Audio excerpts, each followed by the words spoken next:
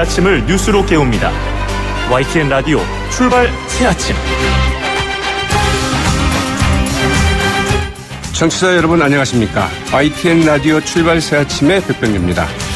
남북이 4월 말 판문점 평화의 집에서 남북 정상회담을 개최하기로 합의했습니다. 대북 특사단이 그 1박 2일의 그 방북을 통해서 가져온 성과인데요. 당초 북한 김정은 위원장의 그 비핵화 입장 표명이 관건이었습니다만 이 비핵화 의지가 분명하다. 선대의 유언이다. 그리고 그 비핵화를 의제로 그 허심탄회한 북미 대화를 할 수 있다고 밝혀 이 파격적이란 분석이 나오고 있습니다. 그래서 오늘 1부에서는 이 김대중 정부에서 그 남북 정상회담을 위한 그 특사로 활약했던 분이죠. 민주평화당의 박지원 의원 만나 자세한 이야기 나눠보겠습니다. 더불어민주당이 오는 6월 지방선거에서 그 현역 의원의 그 출마를 최대한 그 자제시키고 경선 시 현역 의원은 10% 감산 규정, 즉 페널티를 그 적용하겠다고 밝혔습니다. 이 지방선거 출마를 준비 중이던 그 현역 의원들의 반발 예상되고 있는데요. 이 잠시 후 그 2부에서는 그 경기도지사 그 출마 선언을 한 분이죠. 더불어민주당의 그 전해철 의원 만나보겠습니다.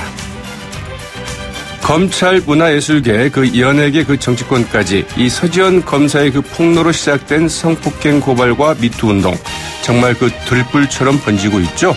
오늘 그 3부에서는 우리 사회의 그 부는 미투 운동을 어떻게 바라봐야 할지 그리고 그 해결책은 무엇일지 여성학자로부터 이야기 들어보겠습니다. 3월 7일 수요일입니다. YTN 라디오 출발 새 아침. 먼저 광고 듣고 시사 칼럼니스트 그 이성원 씨와 함께 지금까지 들어온 뉴스 정리해 보겠습니다.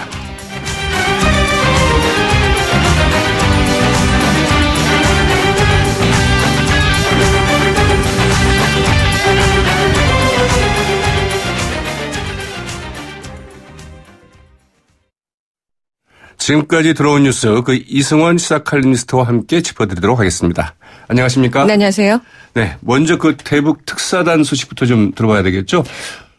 네, 정말 그 생각 이상으로 그 좋은 성과를 가져오지 않았나 이런 평가도 좀 많이 나오고 있는 것 같아요. 네, 많은 분들 뭐 소식 들으셨겠지만 이 대북 특별사절단의 대표였죠. 수석 특사였던 정의용 청와대 국가안보실장이 어제 공식 브리핑을 했습니다.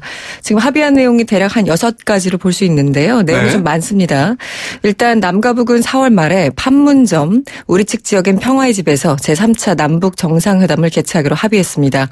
또 군사적 긴장 완화와 긴밀한 협의를 위해서 정상 간의 한라인을 설치하기로 했고요. 이 3차 남북 정상회담 이전에 첫 통화를 실시하기로 했습니다. 네. 사실은 이제 한라인이라는 거는 당국 간에 있는 거지 정상 간에 있기는 굉장히 어려운 거 아니겠습니까? 그렇죠. 맞습니다. 이것도 상당히 의미가 있다고 보고요. 가장 관심을 가졌던 비핵화에 대한 내용도 나옵니다. 세 번째인데요. 북측은 한반도 비핵화 의지를 분명히 했고 네. 북한에 대한 군사적 위협이 해소되고 북한의 체제 안전이 보장된다면 핵을 보유할 이유가 없다는 점을 명백히 했다고 밝혔습니다. 네. 그다음에 북측은요. 역시 비핵화 문제 협의 그리고 북미 관계 정상화를 위해서 미국과 허심탄회한 대화를 할 수 있다는 용의를 표명했고요. 대화가 지속되는 동안 북측은 추가적인 핵실험이나 탄도미사일 시험 발사 등 도발을 재개하지 않을 것임을 명확히 했다고 밝혔습니다. 네. 네. 자, 이 뭐 이야기할 수 있는 모든 것을 다 이야기한 것 같은데 그렇습니다. 특히 그 비핵화 관련 발언이 굉장히 좀 주목되는 것 같아요. 그렇습니다. 사실은 이게 한 줄 한 줄 다 해독에 필요한 그 내용들인데요. 네, 뭐 그 비핵화는 뭐 선대의 유언이었다. 이제 네. 이런 말까지 하지 않았습니까? 그러니까 우리가 가장 사실은 의구심을 갖고 있는 게 그 비핵화할 의지가 있느냐. 그렇죠. 이런 이야기인데 여기에 대해서 좀 분명한 메시지를 보냈다 이렇게 봐도 될까요? 네. 선대 유언이라는 것은 북한에 존재하는 법 이상의 가치를 갖기 때문에 유언을 언급했다라는 것은 그만큼 의지를 표명한 건 맞습니다. 그런데 일단 여기 전제가 있지 않습니까? 이 군사적인 위협이 해소되고 북한의 체제 안전이 보장된다면 핵을 보유할 이유가 없다 이렇게 얘기를 했거든요. 근데 이것은 사실은 기존의 주장과 특별히 달라진 건 없어요. 네, 그렇죠. 네, 미국의 어떤 적대지 정책 때문에 우리가 어쩔 수 없이 핵을 보유 개발할 수밖에 없다라는 논리였기 때문에 이번에 특별히 달라진 건 없는데 사실 이제 이 부분은 이제 그 미국에서 좀 말하자면 답을 그렇죠. 좀 줘야 될 이런 부분이라고 봐야 되겠죠. 결국 핵 문제는 현실적으로 북한과 미국 간의 문제이기 때문에 미국과의 어떤 그 대화 진전에 따라서 또 북한의 어떤 의지를 확인할 수 있을 것 같습니다. 네. 자, 이제 가장 또 우려됐던 게 만약 지금 4월 초에 지금 한미연합훈련이 좀 예정돼 있지 않았습니까? 그래서 네네. 이렇게 이야기가 되다가도 이걸 하게 되면 북한이 결국은 또 미사일 쏘게 되고 그렇죠. 그러면 이제 북미 간의 뭐 대화는 물 건너가는 것 아니냐 이제 이런 우려가 많았지 않습니까? 네. 네, 여기에 대해서도 또 의외의 반응을 보였습니다. 이 정의용 국가안보실장 계속 설명을 했는데요. 금정은 위원장이 평창 올림픽을 위해서 연기됐던 한미 연합훈련과 관련해서 오는 4월부터 예년 수준으로 진행하는 것을 이해한다. 이런 입장을 밝혔다고 얘기했습니다. 네. 당초에 그 연합훈련의 어떤 중단이나 재차 연기하는 것은 현실적으로 불가능하고 그런 일은 없다라는 취지로 설명을 하려 했는데 이미 그럴 필요가 없었다는 설명이죠. 그러게 말이죠. 네. 그래서 이제 이게 사실은 이제 구체적인 기자들과 어떤 브리핑 문답 과정에 나온 얘기인데 이미 북측에서 그 대표단을 남측으로 내려왔을 때 우리가 여기에 대해서 충분히 설명을 했다고 해요. 네. 한 차례 연기됐고 다시 연기될 일은 없다라는 걸 이미 인지시켰기 때문에 김정은 위원장이 내용을 알고 있었다는 뜻이죠. 네. 네. 아무튼 이 대목도 상당히 좀 파격적인 것 같아요. 그렇죠. 근데 네. 뭐 이해를 안 하면 또 어쩔 겁니까? 그런가요? 네. 자, 이 도널드 트럼프 미 대통령의 반응이 나왔죠? 그렇습니다. 이게 뭐 공식적인 성명은 아니고 백악관에서 성명을 발표한다고 했는데 일단 트럼프 대통령은 트위터가 성명 아니겠습니까? 그렇기도 하죠. 네. 일단 워딩은 나왔습니다. 트럼프 대통령이 그 백악관에서 스테판 레벤 스웨덴 총리와 정상회담을 하기에 앞서서 기자들을 만났는데 일단 남북 정상회담이 합의되고 북한이 비핵화 대화 의지를 표명한 데 대해서 무엇이 일어날지 보겠다 이런 입장을 또 밝혔고 어쨌든 그것은 전 세계를 위해서 위대한 일이 될 것이다 이런 얘기를 했습니다. 글쎄 말이죠. 네. 네. 근데 원래 트럼프는 이제 워딩을 살펴보면 이게 약간 주어와 서술어가 좀 헷갈릴 때가 참 많은데요. 네. 기본적으로 여기에 대해서 긍정적인 반응이 나온 게 사실입니다. 네. 네. 자, 무슨 일이 일어날지 보겠다. 뭐 이런 이야기도 했지만은 어느 길이든 열심히 가겠다. 그렇죠. 뭐 이런 얘기도 했다고 그러죠. 네네. 네. 자, 검찰이 이명박 전 대통령의 14일 출석을 하고 이제 통보를 했죠. 그렇습니다. 소환 통보를 드디어 했습니다. 서울중앙지검 수사팀은 이 전 대통령의 비서실을 통해서 14일 오전 9시 30분 피의자 신분으로 검찰에 출석할 것을 공식적으로 통보했습니다. 네. 그런데 여기에 대해서 MB 측이 공식 입장문을 냈는데 검찰 소환에는 응하겠지만 날짜는 검찰과 협의해서 정하겠다 이런 입장을 밝혔거든요. 네. 한마디로 조금 더 늦춰달라 뭐 이런 얘기가 될 텐데 하지만 검찰은 강경합니다. 일정 협의는 불가능하다. 상당히 좀 양측 간에 신경전이 오고 가고 있는 것 같습니다. 네. 사실 이제 그 통보한 게 지금 8일 전이잖아요. 그렇죠. 그러니까 박근혜 전 대통령 같은 경우는 한 6일 전에 소환 통보를 했기 때문에 오히려 MB 측은 더 시간을 줬다 이런 얘기가 나오고 있는데 네. 그럼에도 불구하고 지금 이명박 전 대통령 아직 준비할 게 너무 많기 때문에 시간을 달라 이런 입장이죠. 검찰로서도 좀 애로사항이 좀 있는 것 같아요. 왜냐하면은 이 전직 대통령을 부를 경우에는 사실 이제 그날 그 검찰청의 모든 업무가 네. 이 중단되다시피 하기 때문에 네네. 사실은 이제 일정을 미리 좀 조율할 수밖에 없는데 이제 충분한 여유를 주고 했는데 안 나오면 어떻게 하냐 이제 이런 얘기 같기도 한데 말이죠. 어떻게 네. 조용히를 좀 지켜봐야 될 것 같습니다. 네. 자, 안희정 그 전 충남지사로부터 그 성폭행을 당했다고 그 폭로한 이 공보비서이죠. 예, 김모 씨가 이제 어제 그 검찰의 그 안전지사를 이제 고소하지 않았습니까?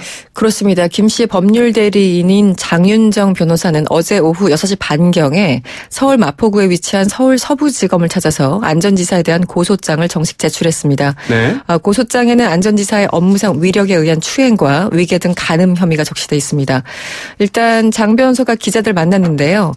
이런 얘기를 했습니다. 이 피해자의 가장 중요한 뜻은 이 사건이 공정하게 수사돼야 된다는 것이다. 네. 그리고 피해자와 가족 그리고 지인들에게 어떤 형태로도 2차 피해가 발생하지 않게 해달라고 부탁했다고 말했습니다. 네. 사실은 이제 어디 검찰에 고소장을 제출하는지 그 장소도 중요한데요.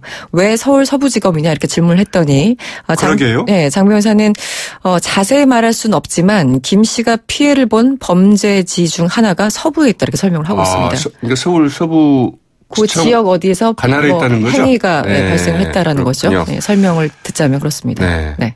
자, 이제 그 밤새 들어온 소식이죠. 이 김관진 전 국방부 장관. 이번에도 이제 구속영장이 좀 기각됐네요. 이번에 그러니까 지난번에는 구속됐다가 구속 적부심 때문에 풀려났고요. 그렇죠. 이번에 네. 재차 청구한 건데 이번에는 기각이 맞습니다. 됐습니다. 네. 근데 구속 적부심으로 풀려난 사람을 다시 구속하기가 어려웠던 건지 일단 서울중앙지법의 허경호 영장 전담 부장판사 이런 얘기를 했습니다. 이 종전에 영장이 청구된 사실과 별개인 본건 범죄 사실에 대해서 다툴 여지가 있고 이미 진행된 수사와 수집된 증거의 내용을 볼 때 피의자가 도망하거나 증거를 인멸할 염려를 인정 증명하기 어렵다면서 기각했습니다. 네. 김 전 장관은 국방부 장관 시절에 이 댓글 공작과 관련해서 수사를 축소한 혐의를 받고 있고요. 또 청와대 국가안보실장이었던 지난 2014년 7월에 세월호 참사 후속 대응 과정에서 이 국가안보실장이 국가위기 종합 상황 컨트롤 타워라는 네. 기본 지침의 내용을 무단 삭제하는 데 관여한 혐의를 받고 있습니다. 네. 자, 오늘 말씀 고맙습니다. 네, 고맙습니다. 지금까지 이승원 시사 칼럼니스트였습니다.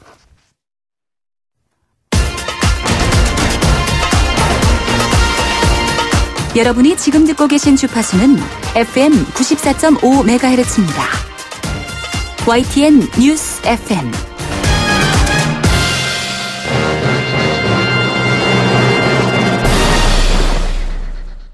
이 앞서도 말씀드렸습니다만 그 남북이 그 4월 말 판문점 평화의 집에서 남북 정상회담을 개최하기로 합의했습니다.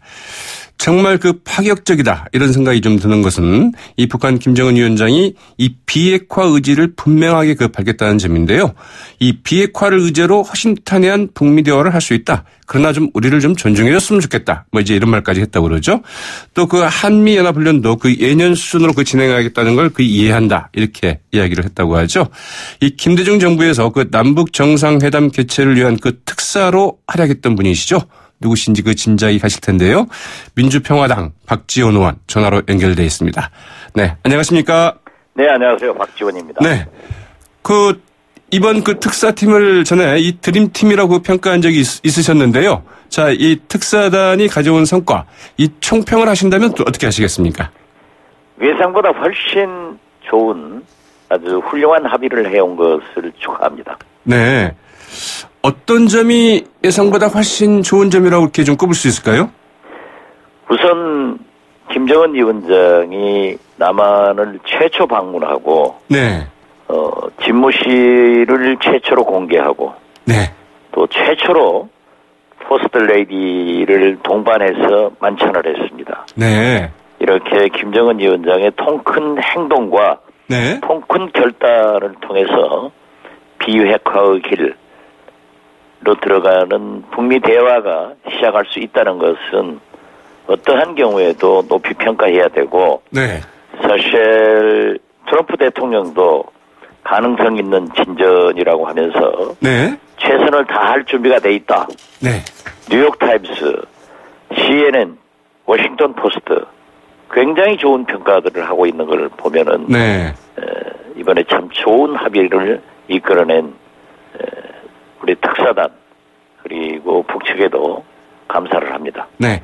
이 세 가지 최초의 것들을 짚어주셨는데요. 하나는 이제 북한 김정은 위원장이 최초로 남한 땅을 밟는다 이렇게 표현을 하시지 않았습니까? 예. 네. 그게 갖는 의미를 어떻게 봐야 될까요? 이건 1차, 2차 정상회담을 했지만은 전부 평양에서 했습니다. 그렇죠.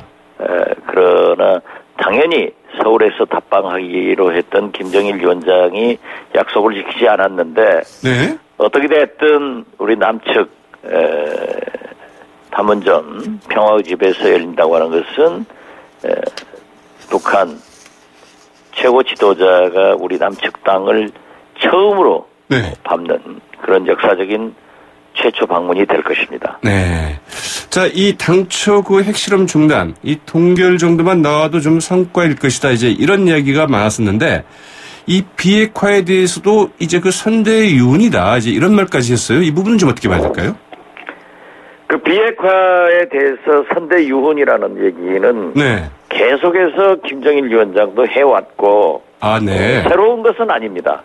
왜냐하면 김일성 주석이 네. 한반도 비핵화를 7.4 공동성명을 통해서 발표를 했고 네. 또 북한은 굉장히 그 자기 선대들이 말한 것을 지키려고 노력을 하거든요. 네. 그래서 비핵화는 그 선대의 유언이다 하는 것은 새롭지 않지만은 네. 어떻게 됐든 그 유언까지 빌려 가지고 한반도 비핵화를 언급한 것도 큰 진전입니다. 네. 자, 그런데 말이죠. 이 자유한국당에서는 뭐 결국은 이 군사적인 위협 해소 또 그 북한 체제를 보장하라. 뭐 이렇게 해야 우리가 이제 비핵화를 할 수 있겠다. 이렇게 이야기를 하는 것은 뭐 기존에 그 북한이 해왔던 이야기를 그 되풀이한 것 이상이야도 아니다. 또 이제 이렇게 평가를 하고 있는데 어떻게 좀 생각하시는지요? 자유한국당에서는 자꾸 정략적으로 정치적으로 이용을 하려고 그러한 얘기를 하는 것은 자기들도 네. 옳지 않다는 것을 잘 알고 있을 겁니다. 아, 그래요? 예. 네.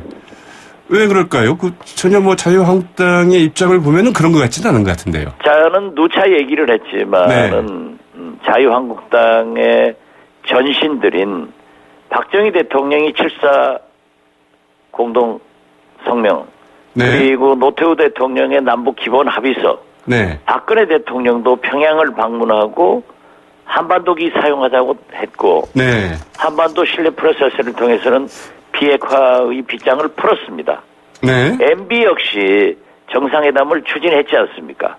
또 자기들이 인공기 옆에서 우리는 하나다라고 북한 선수를 응원했고, 네. 자기들이 황병서, 최용해, 김양건 이분들하고 악수하려고 뛰어다닌 분들입니다. 네. 또 김영철 부장을 자기들하고 회담을 하고 왜 그때는 체포하지 않고 사살하지 않았습니까? 네. 이런 얘기를 하는 것은 옳지 않습니다. 네. 정쟁을 중단하고 다시 한번 안보와 외교는 초당적으로 협력하자라고 주장하는 그분들이라고 하면은 네. 이렇게 좋은 합의, 미국에서도 궁극적인 목표는 비핵화 아닙니까? 네. 사실상 북한에서 일종의 모라토리움이 시작된 겁니다. 네. 왜냐하면 비록 대화 기간 중에는 핵실험도 하지 않겠다, 미사일도 발사하지 않겠다라고 한 것도 큰 진전 아니에요. 네, 그렇죠. 그래서 비핵화의 길로는 모라토리움, 동결, 네. 비핵화 이런 순서가 될 건데 한 단계 들어간 그러한 좋은 것을 두고도 계속 그렇게 얘기하는 것은 결국 해방을 놓고 네. 전쟁을 하자 하는 것으로밖에 생각할 수 없습니다. 자, 북한이 이처럼 생각했던 것보다도 훨씬 더 전향적인 입장을 밝혔다. 이제 이렇게 좀 평가가 되고 있는데요. 북한이 좀 이렇게 나온 배경 어떻게 볼 수 있을까요? 저는 누차 그걸 밝혔습니다마는 예. 트럼프 대통령도 이상 끌면은 북한이 시간을 가지고 핵을 소형 경량화 발전시켜서 본토 공격에 ICBM, SLBM이 진전되는 것을 지금 두려워하고 있는 겁니다. 네. 김정은 위원장도 2000년 6.15 남북 정상회담 이후 많은 개혁 개방이 이루어져 가지고 경제가 좋아졌습니다. 네. 500개 이상의 장터가 서고 500만 대 정도의 핸드폰이 유통됩니다. 즉 네. 북한 사회에도 이제 정보가 흐르고 있단 말이에요. 네. 경제를 후퇴시켜서 만약 굶어 죽는 일이 있다거나 또 생활에 불편을 준다고 하면은 이제는 통제 불가능을 할 수도 있습니다.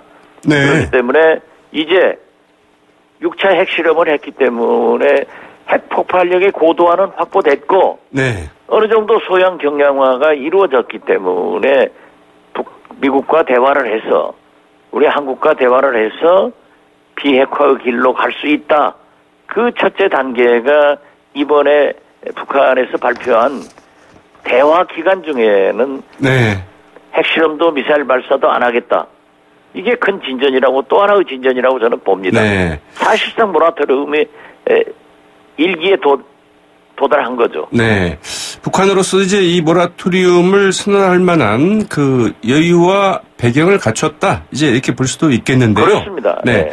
자, 이제 어제 정의용 국가안보실장이 이제 브리핑을 하면서 이 미국에 전할 별도의 북한 입장이 있다. 이렇게 이야기를 했는데요. 자, 이거는 좀 어떻게 좀 추정을 할 수 있을까요? 사실 저는 남북 대화나 남북 정상회담을 위해서는 한미 동맹과 한미 신뢰가 있어야 됩니다. 네. 또 김정은 위원장도 사실 문재인 대통령과 회담을 하더라도 트럼프 대통령의 숨소리를 듣고 싶어 할 겁니다. 네. 그래서 이번에 우리 한미 정부가 평창 동계올림픽 이전부터 상당한 신뢰를 가지고 협력하고 이해를 해서 공동으로 네. 이렇게 성공시켰다 하고 평가를 하면서요. 틀림없이 미국에는 더 좋은 진전된 그런 안을 가지고 가서 트럼프 대통령과 얘기하게 될 것으로 기대를 하기 때문에 네. 아직 정부에서 발표하지 않았는데 저희들이 얘기하는 것은 조금 그렇네요. 네. 그러나 아무튼 지금 현재의 발표보다도 정의용 실장이 그렇게 말씀한 것은 더 진전된 것이기 때문에 네. 굉장히 좋은 방향으로 움직일 것이다. 또 트럼프 대통령도 대통령 후보 때부터 김정은과 햄버거를 먹고 싶다. 또 이번에도 직접 뭐 네. 하고 싶다 했지 않습니까? 만날 수 있다 이렇게 얘기를 했죠. 네네네.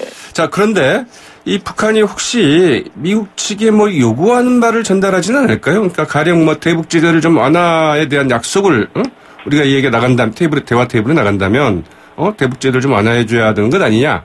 뭐 이런 것들의 다짐을 받고 싶어 하지는 않을까요?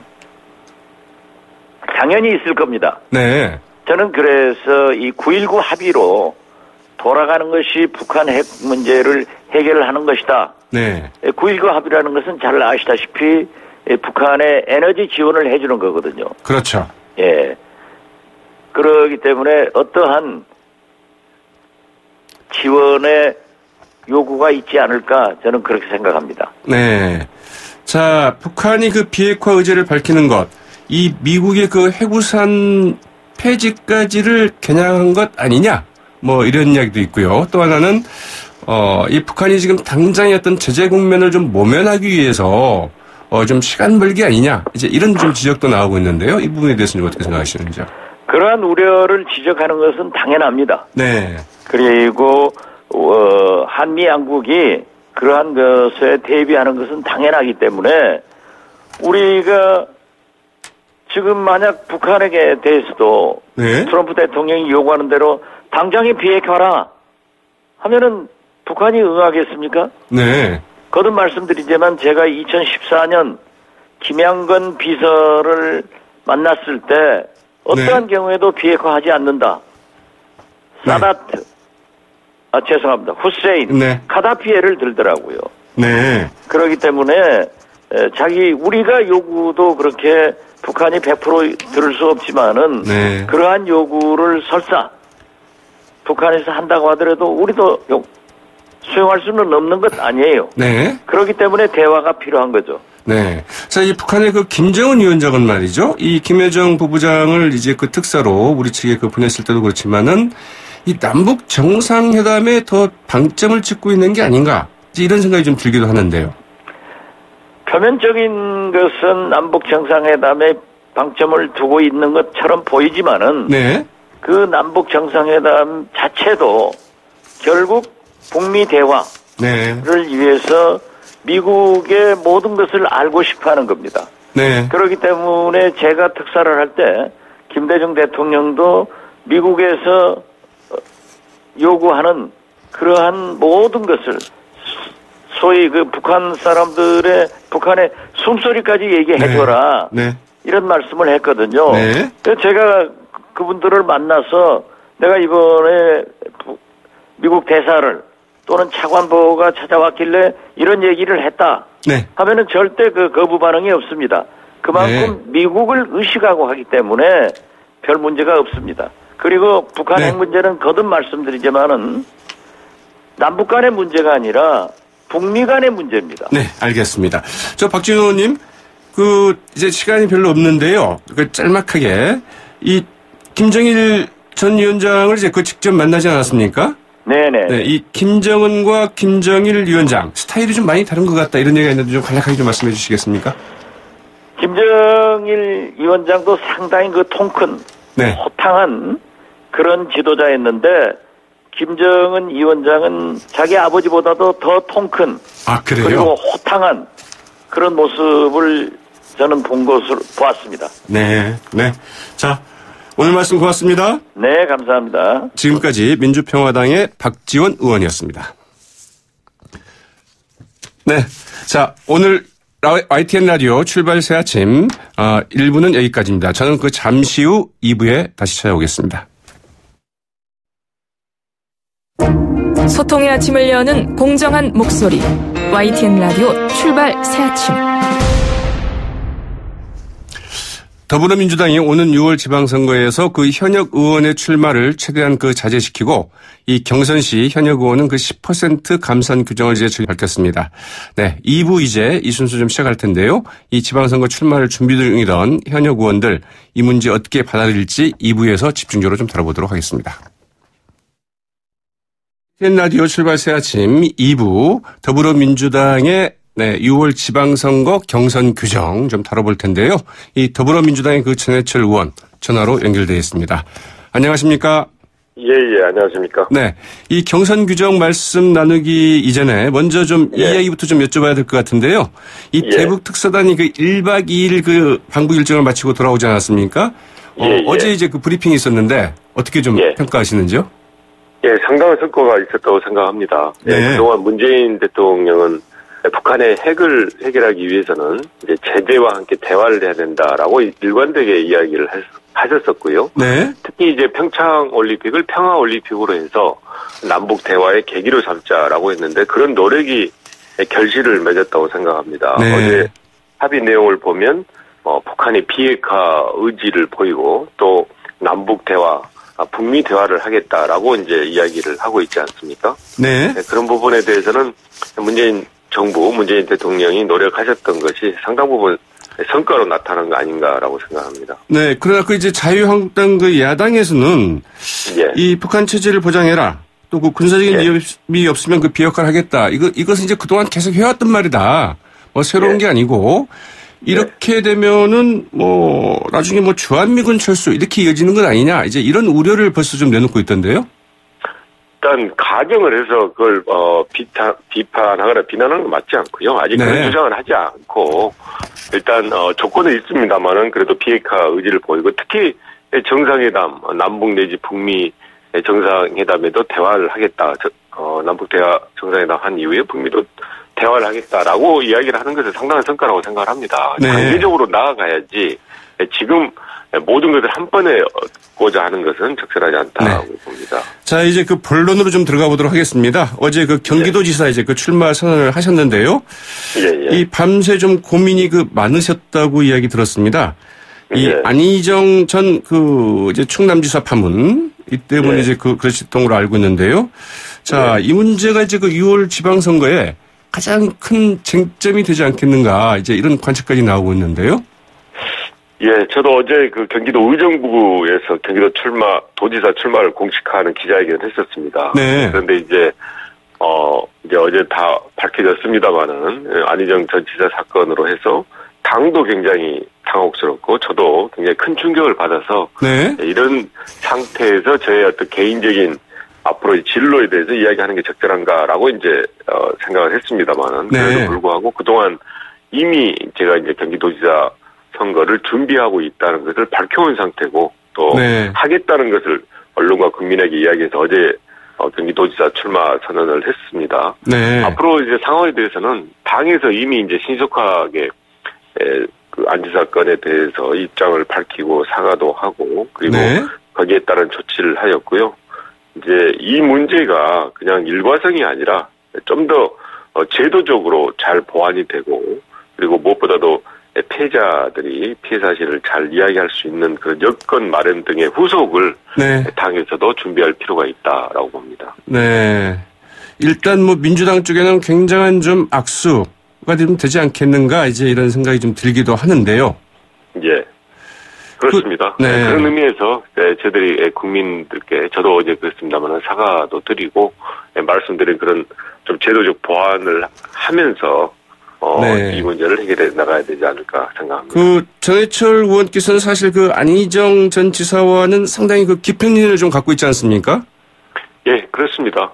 그동안 정치적인 길을 같이 했었고요.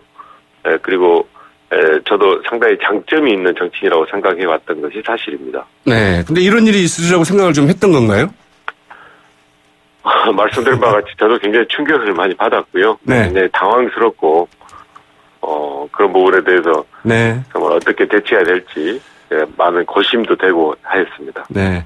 자, 일단 이제 당내 경선 통과가 이제 가장 그 관건일 것 같은데요. 예. 이재명 성남시장 같은 경우에는 이제 물론 그 전 시장, 아직은 시장이죠. 네. 그 전해철 의원과의 그 양강 구도라고 좀 쓰지 말아달라. 뭐 이제 이런 이야기를 해서 좀 파문이 일기도 했는데, 예. 좀 어떠신지요? 이제 이재명 시장이 그런 이야기 했다 그러면 그거는 좀 적절하지 않지 않겠습니까? 네. 본인이 어떤 프레임을 정해서 선거 국면, 경선 국면을 끌어가고 있다고 생각하는 것은 저는 아주 적절하지 않고요. 오히려 당내 기반이 좀 약한 부분이 왜 네. 당내 기반이 약한지 그런 부분에 대해서 본인이 좀 겸허하게 수용도 하고 그리고 그런 부분을 극복하려고 노력하는 게 맞다고 생각하고요. 저는 네. 제가 본선 경쟁력이 그러니까 정책이라든지 이후의 어떤 검증 과정이라든지 등등에 있어서 본선 경쟁력이 결코 떨어지지 않는다라고 생각합니다. 네. 자, 이제 오늘 전해철 의원을 이제 저희가 이 초청한 이제 가장 그 주된 사유이기도 한데요. 이 민주당에서 그 선거에 출마하는 그 현역 의원 수를 좀 2, 3인 내로 좀 제한을 하겠다. 예. 그래서 그 현역 국회의원들에게는 그 10%의 감산 규정, 즉, 페널티를 좀 적용을 하겠다. 뭐, 이렇게 되면은 상당히 좀 어려운 입장이 되지 않을까 싶기도 한데요. 그 현역 의원 그러니까 4분의 3의 임기를 마치지 않는 경우에 네. 10% 감경 규정은 이미 있던 겁니다. 2015년 네. 당에서 그 당원을 만들 때 있었기 때문에 네. 그것은 누구에게도 예외 없이 적용이 돼야 되고요. 네. 마찬가지로 지금 당에서 앞으로 일당을 해야 된다. 네.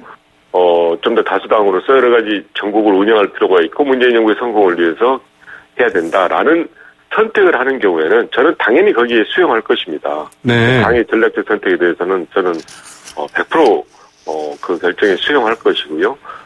다만 지금까지 아직 그 부분에 대한 정확한 내용이 나와 있지 않고 네.